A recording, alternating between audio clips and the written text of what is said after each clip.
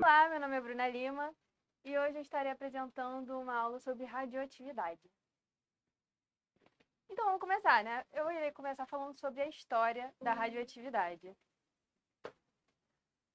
Basicamente, a gente começa em 1895, quando o físico alemão Wilhelm Röntgen ele introduziu uma nova modificação na ampola de Crookes, que seria basicamente a ampola de os raios catódicos que a gente vê lá na aula de atomismo, quando a gente fala de Dalton, Thomson, Rutherford, né? Então, basicamente, é a ampola de raios catódicos, em que ele percebeu que o catodo, ele emitia um raio, e ele não sabia a natureza desse raio, então ele fez um experimento colocando uma folha de alumínio na frente da ampola, e ele percebeu que esse raio, ele modificava alguns sais, ele deixava fluorescente alguns sais, e ele manchava a chapa fotográfica. Então ele começou a fazer diversos experimentos e assim descobrindo, quando colocava uma parte do corpo em frente aos raios catódicos, que os ossos eram marcados, ele conseguia enxergar os ossos dele. O raio atravessava a mão dele e deixava marcado na chapa fotográfica os ossos. Então, temos a carinha dele aí.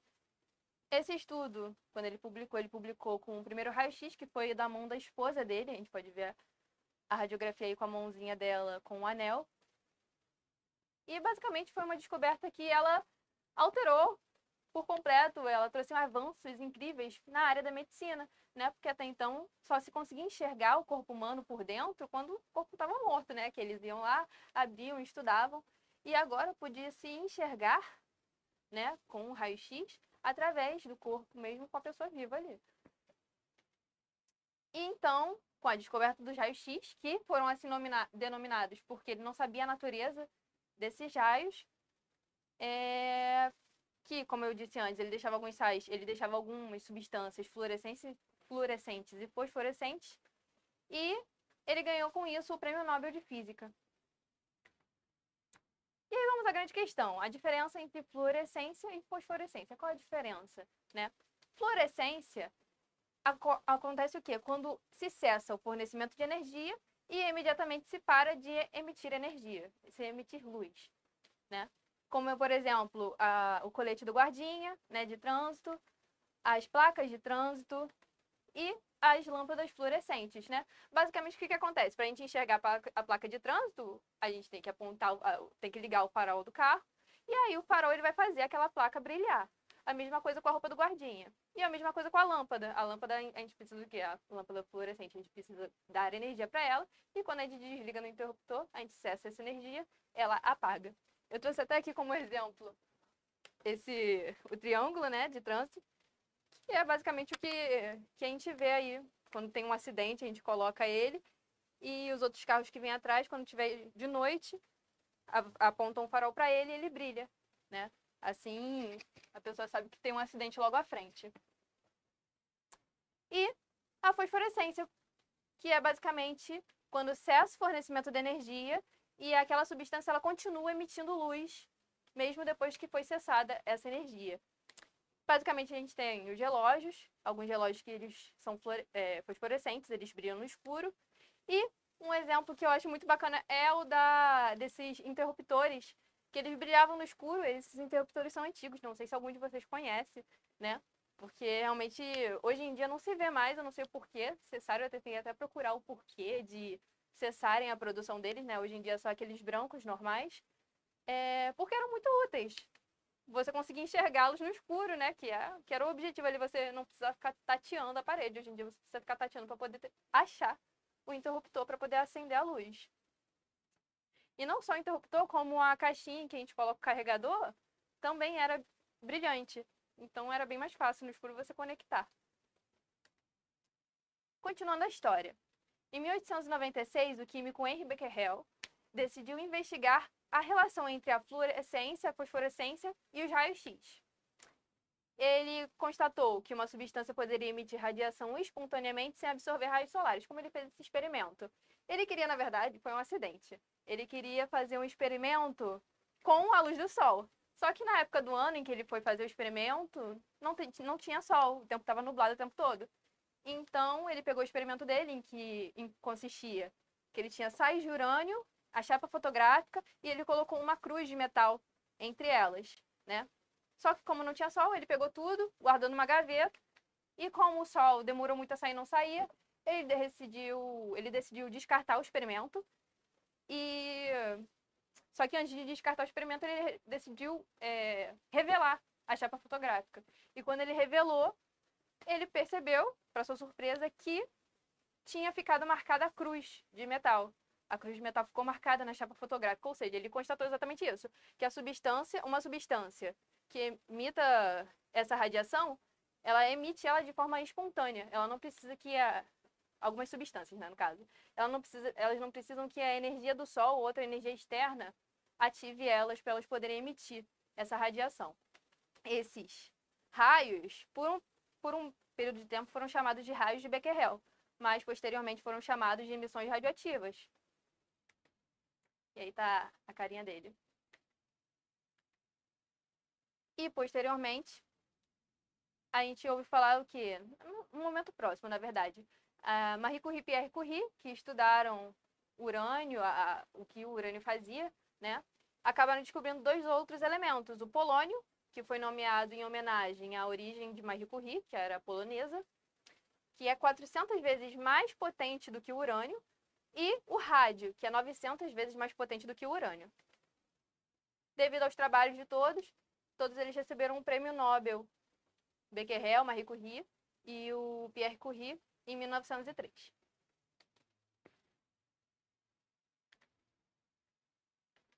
E as propriedades das emissões radioativas. Quais são as propriedades? Então, desde o início, os cientistas eles perceberam que as emissões não eram afetadas pelas condições de pressão, temperatura e nem estado físico. Elas aconteciam e elas iriam acontecer independente da situação.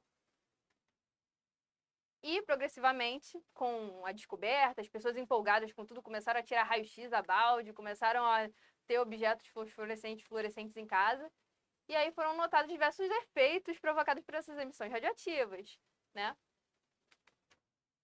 E esses efeitos, essas propriedades, a gente observa os efeitos químicos, os efeitos térmicos, os efeitos luminosos, que a gente acabou de falar das fosforescência e fluorescência, os efeitos elétricos, porque as emissões radioativas elas ionizam o ar, logo melhoram a condutividade elétrica.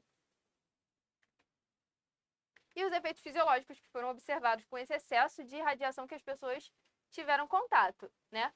Depois disso, os médicos passaram a começar a colocar aquelas roupas de chumbo, começaram a ficar atrás daquelas placas de chumbo, porque como eles iam fazer o raio-x no paciente, e eles faziam em vários pacientes durante o dia, né, até hoje. Então, eles decidiram fazer isso para se proteger. E os pacientes agora têm uma exposição menor. Antigamente era uma exposição bem maior aos raios-x. Lembrando que a radiação está em todo lugar. A gente recebe radiação do Sol, recebe radiação do universo, do cosmos, o tempo todo. E quando a gente fala desses efeitos fisiológicos, não tem como não citar aqui do Brasil a questão do Césio-137, que foi uma coisa muito chocante, que é uma das maiores tragédias que aconteceu envolvendo radioatividade sem envolver usinas nucleares, em que alguns homens de Goiás que faziam coleta de lixo, eles invadiram uma antiga clínica, pegaram um equipamento de radioterapia, abriram ele, descobriram um pó azul brilhante, que era muito bonito, e aí levaram para casa, espalharam para os seus amigos, para seus familiares, para os seus vizinhos. E aí o que causou um efeito em massa de pessoas, eu acho que se não me engano foram 4 mortes. E o resto das pessoas que tiveram contato acabaram por ter doenças e ficarem com sequelas para o resto da vida até hoje. Mas afinal, o que é a radiação? A radiação é a propriedade que os núcleos atômicos que são instáveis, eles possuem de liberar ondas eletromagnéticas e partículas e se transformam em núcleos né, com a finalidade de ficarem mais estáveis, né? Porque é isso, a natureza está sempre procurando a estabilidade, sempre procurando a forma de ter menos energia, a forma mais estável. Então, esses núcleos instáveis, eles perdem partículas para poderem ficarem mais estáveis. E aí, como a gente falou antes, não importa temperatura, pressão, é um fenômeno espontâneo, não importa se eu coloco ou não energia, aquilo ali vai acontecer. E aí a gente tem a diferença de reação química, que é o que a gente vê em maior parte no ensino médio, e as reações nucleares que estamos falando agora. A diferença é que a reação química ela acontece na periferia do átomo. Ela acontece lá na eletrosfera, onde ficam os elétrons. Já a reação nuclear, como diz o nome, ela acontece dentro do nosso núcleo. Então, por a gente estar falando de uma reação que acontece dentro do núcleo, ela é uma reação muito mais energética do que as reações químicas. Natureza da radiação. Então, quando submetemos as emissões radioativas a um campo elétrico ou magnético, notamos a subdivisão em 3 tipos bem distintos. Então, a gente tem aqui um esqueminha uma substância radioativa ali dentro da caixa de chumbo, e aí ele expôs a um campo carregado eletricamente, positivo e negativo, e aí a gente observa a subdivisão do raio em 3. Raios beta, raios gama e raios alfa. E aí, qual a diferença desses 3, né? As partículas alfa, como a gente pode ver nesse esquema, elas não chegam a atravessar nem ao papel. As partículas beta, elas passam do papel, chegam ao corpo humano, mas não ultrapassam o corpo humano. Os raios X, obviamente, ultrapassam o corpo humano, né? Porque para ele poder tirar uma foto do nosso osso, ele tem que atravessar. Os raios gama são os mais perigosos de todos, que eles atravessam até o aço e chegam a atravessar uma certa grossura do concreto. E aí, para finalizar, vamos falar sobre tempo de meia-vida, que é o que normalmente, quando a gente tem uma questão de concurso ou alguma coisa do gênero, a gente fala disso. Então, vamos lá. Basicamente, o tempo de meia-vida é o tempo em que a massa de uma certa... A gente pega uma amostra de alguma substância radioativa e é o tempo com que aquela amostra vai se reduzir pela metade. Basicamente, é um intervalo de tempo em que uma amostra de um elemento radioativo se reduz em massa ou em número de mols à metade. Então, a gente tem aí uma amostra de carbono 14, e aí o tempo de meia-vida é representado por esse símbolo aí, é um T com meio embaixo, tempo de meia-vida. E aí ele fala pra gente que o tempo de meia-vida do carbono 14 é de 5.600 anos. Ou seja, a cada 5.600 anos, a massa dele vai se reduzir à metade. Então, a gente pode ver que depois de 5.600 anos, temos 50% da atividade daquela substância. Então, daqui a mais 5.600 anos, ou seja, 11.200 anos, vai ser 25% da atividade, porque é metade dos 50 que tinham sobrado. Mais 5.600 anos dá 16.800 anos. E aí a gente já tem 12,5% da atividade. Então, ele vai reduzindo o tempo todo. E aí a fórmula que nós temos é que a massa final da amostra vai ser igual à massa inicial sobre 2 elevado ao número de meias-vidas. Vamos trabalhar isso numa questão para vocês entenderem melhor. Olha só. Um radioisótopo utilizado no tratamento radioterápico apresenta uma meia-vida, período de semidesintegração, é a mesma coisa, de 5 horas. Ou seja, cada meia-vida dele é de 5 horas. Se um técnico utilizar uma massa de 50 gramas do tratamento de um paciente, após quantas horas a massa seria reduzida para 6,25? Então, ele deu para a gente a massa final, a massa inicial, e ele deu para a gente quanto é o tempo de meia-vida. Então, vamos aplicar naquela fórmula. A massa final é igual a massa inicial sobre 2 elevado ao número de meias-vidas, que eu não sei quantas meias-vidas foram, que é, na verdade, o que ele quer, né? Então, eu vou passar o 2x para lá, os 6,25 para cá, e a gente vai ter que 2x é igual a 50 sobre 6,25. Então, o 2x vai ser igual a 8. 8 é igual a 2 elevado ao cubo. E se 2 elevado a x é igual a 2 elevado ao cubo, a gente pode concluir que x é igual a 3. Isso daqui é um número de meias-vidas. É quantas meias-vidas se passaram. E se cada meia-vida tem 5 horas, ou seja, a cada 5 horas aquela massa vai se reduzir pela metade, então o tempo que vai passar vai ser o quê? De 3 o número de meias-vidas vezes 5, que é quanto cada meia-vida vale, 5 horas. A gente vai ter o resultado em horas, que dá 15 horas, resultado letra C. Então, é basicamente isso. Isso foi uma aula bem curta, basicamente, falando um pouco sobre a radioatividade, a sua história, e falando sobre o período de minha vida.